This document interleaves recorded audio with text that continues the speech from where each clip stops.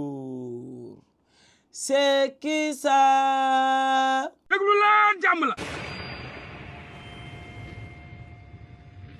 ok gars yi ba ñoo commencé maa leen fàttali bu baax a baax ngeen di like vidéo yi maximum de like xam naa ne ba ngeen ko like mais da nga koy fàtte kon boog like leen vidéo yi ñu seetaan ba leen pare après nga daal di partager kon boog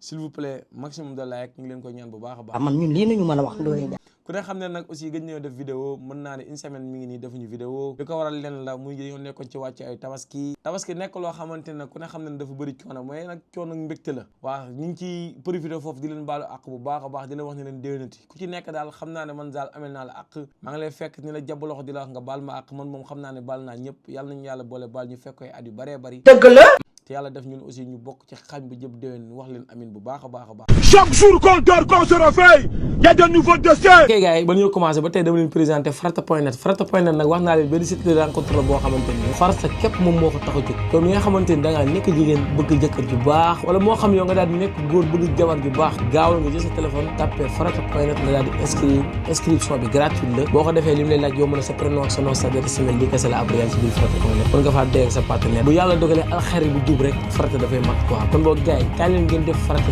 di farata.net parce que farata.net lu ama am solo la te lu sérieux la te site la boo xamante ne daray caaxaan taxu koo jóg kon boog man daal maa ngi ci biir farata.net maa ngi leen ci woo aussi. ok gars yi tey nag xam ngeen kan laa amal waxtaan ki ñu naan Ousmane Sonko président parti Pastef. ok Ousmane mën ngaa présenté wu. mbokk yi ñu ngi leen di nuyu. ñu ngi lay fay. leen ziara.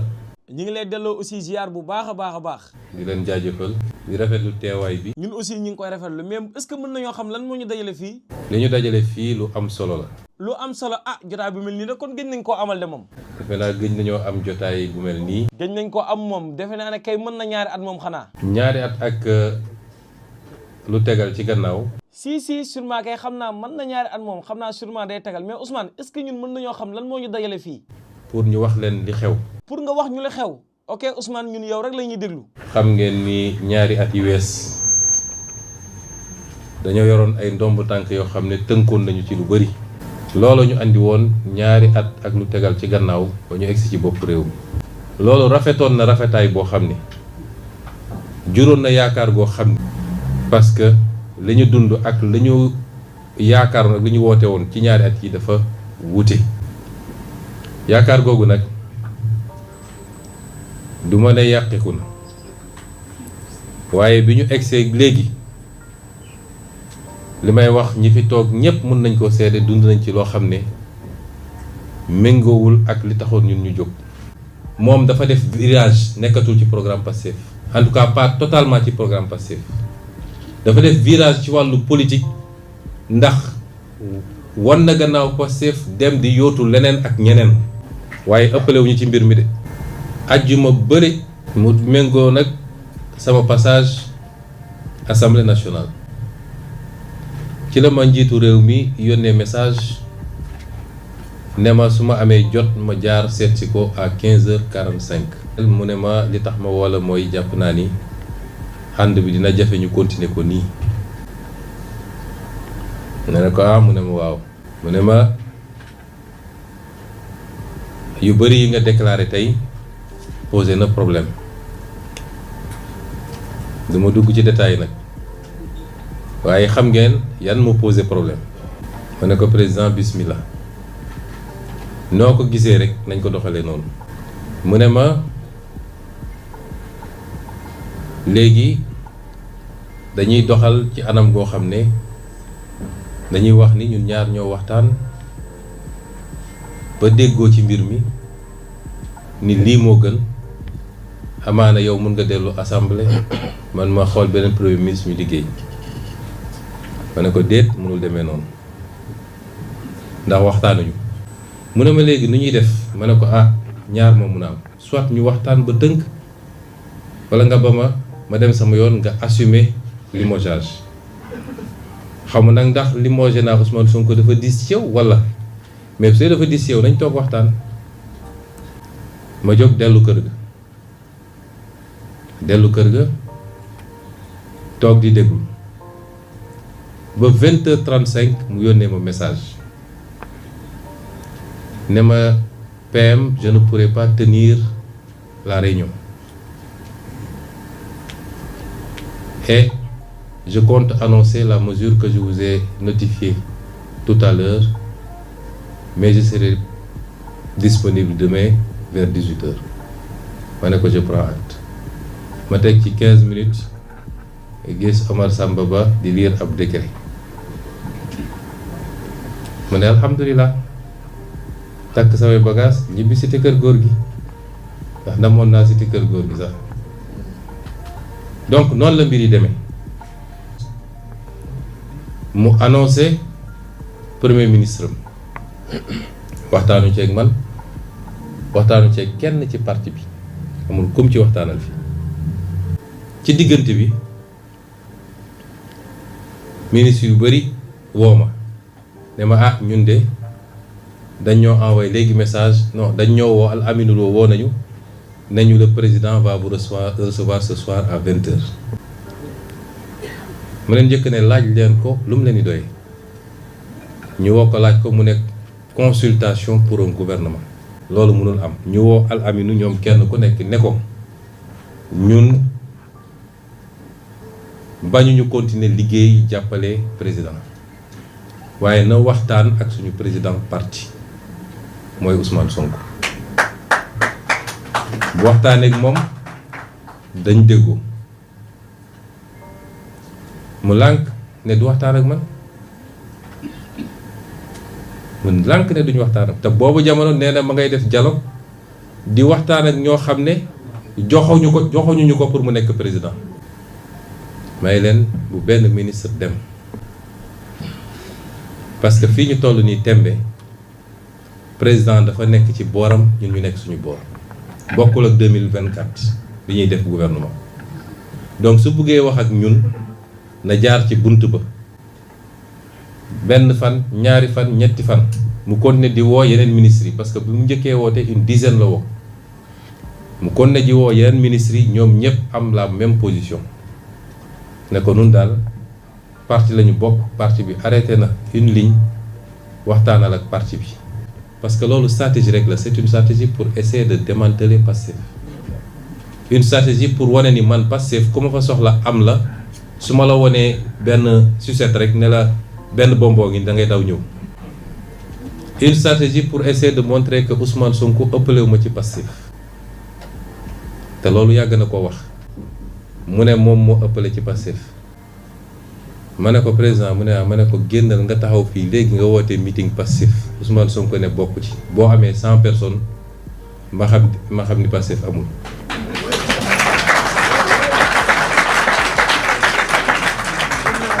ma ne ko dara amoo ko ci Pastef boo doon am Pastef da nga koy commencé ci Pastef njaga ñaaw bi nga xam ne mënoo ko gañe kon amoo Pastef ba barki démb ci guddi vers 23h mu am ñu ma woo ne ma woy waxtaan nañoo ak président dina la woo mais bu la woowee jël ko rek man leen man kay amu problème bu woowee naa jël man amu problème boobu du man maa am problème ci woote bi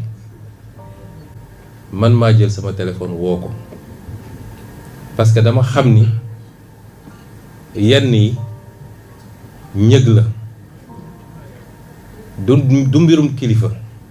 te li ñuy toppatoo mbir mu réew mi la dafa kawe ñu bëri suñu déggee ni dem naa fa dañ naan noo li tax mu fay def bu doon man rek man sama jëmm bopp kenn yéen ñëpp xam ngeen ni ñàkk ma fulla mais dafa am loo xam ne réew mi la dañuy seet luy intérêt réew mi te bi ñu toogee wax naa ko nee naa ko su doon yow dong ak man dong duma fi ñëw mais li tax ma ñëw mooy li ñu seq muy Sénégal te xam naa ni gouvernement boo def bu Pastef bokkul turu gouvernement lay doon waaye yoroo réew mi ma jël sama téléphone woo ko ma ne ko yow yaa ngi woo sa suñuy ministre suñuy militant kenn ku nekk nga koy woo naan ko ñëwal ñoom ne wax nañ dafa nga war a jaar lan moo tee nga wax ak man ma ne ko léegi comme jàpp naa ni problème bi dafa mel ni léegi yow mën nga amal problème te man xaw ma lu ma la def ci àdduna waaye jàpp naa ni yow man nga amal problème dafa mel ni gis ma léegi sax problème la ci yow ma ne ko amul problème parti bi du Ousmane Sonko parti bi du parti bu ndaw léegi désigné naa ay ndaw yoo xam ne recevoir leen ngeen waxtaan te kenn ku ne ci ñoom jaar nga ak moom foo xam ne weesu na mbirum parti ma ne ko désigné naa Birame Souleye Diop Daouda Ngom Aliou Sall ak El Malick Ndiaye recevoir leen nga toog ngeen waxtaan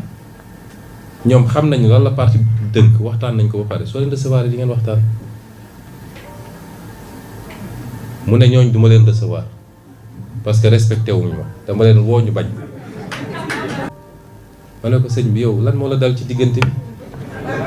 parce que problème am na xam naa nag gouvernement bi moom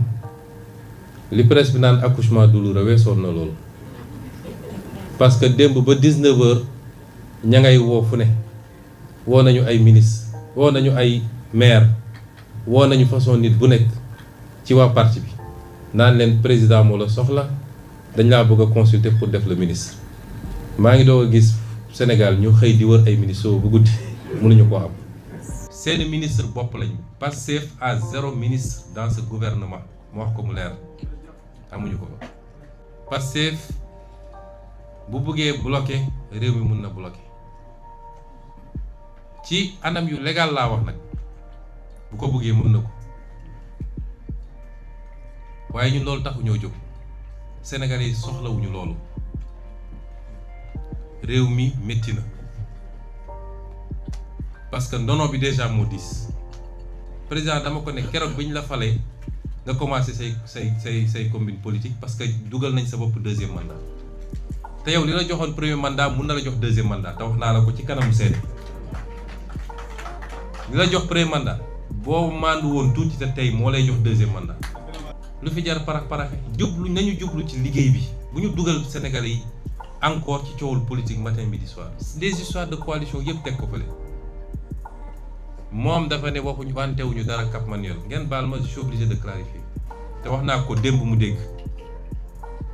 bu ñu demee ba affaire bi décanté wu man leen andil leen ma ko sama néeg jamono jooju yëkkatiwoon mbàngam di ma jaay président de jamono jooju su ma ko corné woon sax mu daw may leen andil leen ma ko sama néeg ñu andil ma ko mu ñëw sama néeg yor carnet ne ko yàlla def na li mu war a def proposé nañ ma ba sonn ma d'accord pour ñu reporter élection yi ma lànk ba tëdd ci suuf ndax su ma ko nangoo gëw ma yàlla moo bindoon ni 2024 Sonko du doon candidat bu ma ko doonee su ma demoon ba nekk koy du baax ci man kon man bi weesu naa loolu yàlla def na yow laa désigné suñu doxee dinañu génn fii ci kàttanu yàlla mu ne ma non duñu bàyyi ñu génn ma ne ko dinañu génn dinañu campagne incha allah dinañu gagné dinañu def un bon mandat liggéey waaye bu ñu eggee 2029 nañu delloo mbir mi fu mu waroon delloo parce que légitimité dafa am solo ci politique ma ne ko lii laa waxante yow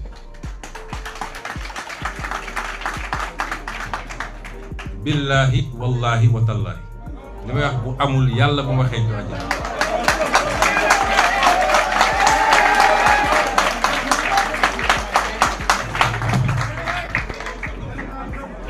ma wax ko loolu lim ma ci tegal mooy de toute façon mandat bi néew ma waaw néew ma déet waaye daf ma ne de toute façon mandat bi ce sera le mandat des réformes difficiles mun naa ko jël sur moi comme ça après yow nga am boulevard dem fàttalewaat naa ko ci bureau ma ne ko li ma waxante ak yow nii dinaa fexe ba ñu andil ma Birame Souleye ak El Malick ak Abbas ñu fekke ko